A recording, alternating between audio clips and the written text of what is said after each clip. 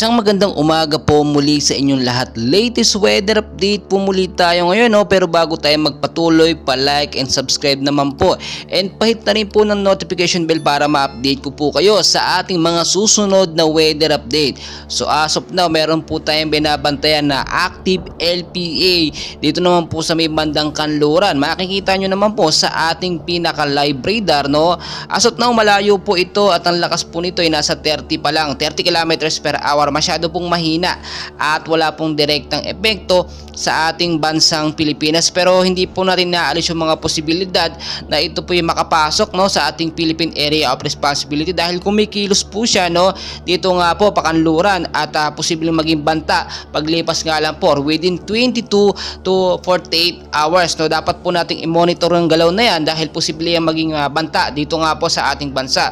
And as of now, ang ilang bahagi po ng Luzon, Visayas at Mindanao ay apektado po na tinatawag natin na shear line or sa lubong ng hangin ng amihan at kasama po dyan ang northeast monsoon na siya naman po tumatama sa ilang bahagi po ng Luzon, especially po ngayon, no, yung lugar po ng Northern Samar apektado po ng malakas na shear line at northeast monsoon, malakas na nga ang pag-uulan, medyo malamig pa po ang datingan nun.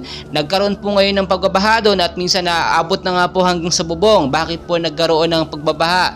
Mababa po kasi yung area doon, tapos yung mga kanal, yung mga estero, marami pong mga nakabara na mga basura, so hindi po makadalo yung mga tubig, kaya nagkakaroon po ng pagbabaha. Kaya naman po ngayon pa lamang pinag-iingat na nga po yung mababang lugar sa Metro Manila sa banta po ng pagbabaha dahil nga po apektado pa rin ng ilang bahagi ng Luzon ng shear line, no, at northeast monsoon. Yung shear line po nagbibigay din po yan ng malakas na pag-uulan. Samahan pa po natin yan ng mga localized thunderstorm, no, or heavy rainfall shower na madalas po nangyayari tuwing hapon at sa gabi. Biglaan po yan, no, hindi po natin malalaman.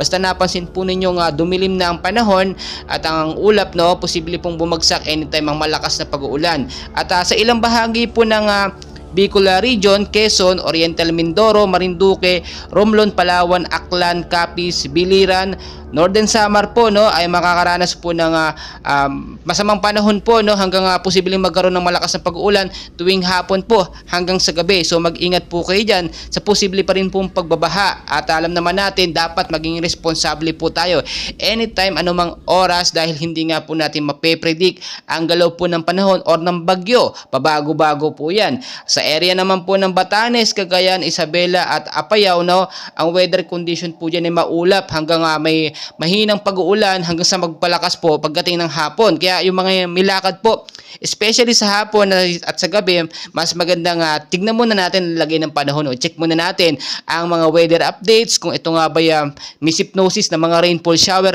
or heavy rainfall na posibleng biglaan po nating maranasan.